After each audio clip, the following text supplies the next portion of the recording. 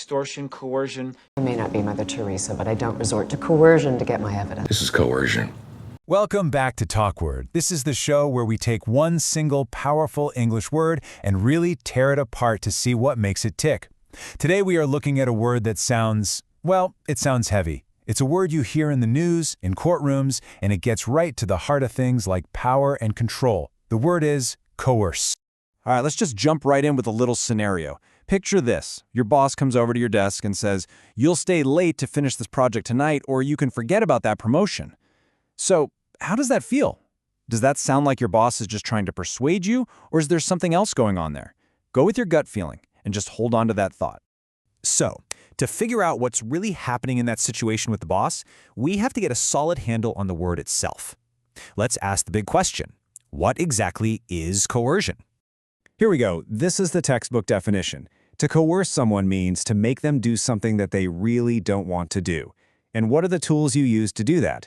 Well, there are two key ingredients: force or threats. So right away, you can see this isn't about having a friendly debate or winning someone over with a great idea. It's about forcing them to do something by holding a negative consequence over their head. And this, right here, is the absolute heart of the matter. Coercion completely yanks free will out of the picture.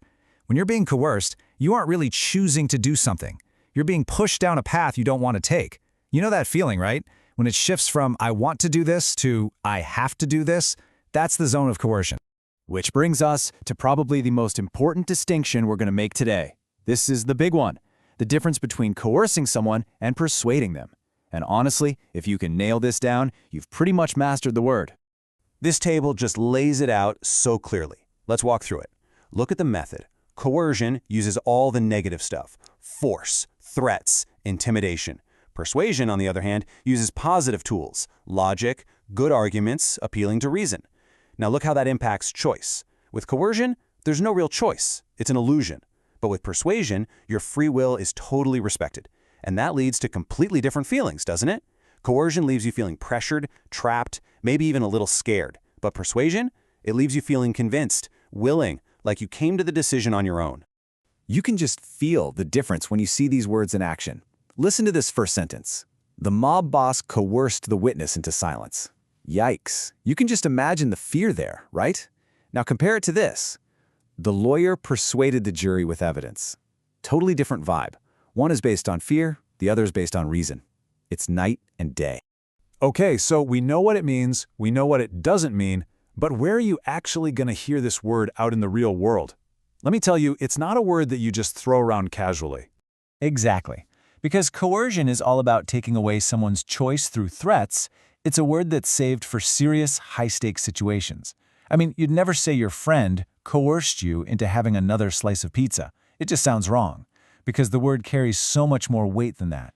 And once you start listening for it, you'll see this word pop up in some pretty major contexts. In legal news, a coerced confession is a huge deal. It means a confession was forced out of someone, so it can't be used in court. In politics, you might hear about economic coercion, which is basically a powerful country using financial threats to get its way with another country. And it can also hit much closer to home.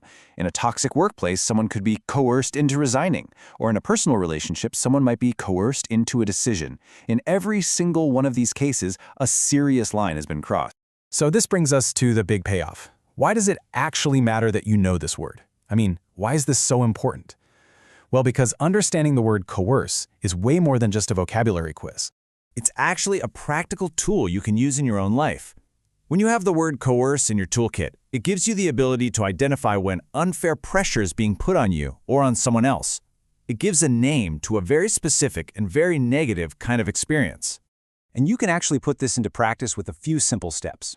First, you just have to recognize that feeling of intense pressure. Step 2, you identify the threat. Ask yourself, what's the negative consequence here if I say no? 3, you realize that your freedom to choose is being taken away from you. And finally, step 4, you name it. Even if it's just yourself, you can think, this feels like coercion. And just naming it, that's the first step to taking back control. So let's go all the way back to that boss at the very beginning. Was that strong persuasion or was it coercion? And now for the bigger question, the one that really matters. As you go through your own life, at your job, with your family, with your friends, where do you draw that line? Because knowing the difference isn't just vocabulary, it's a form of power.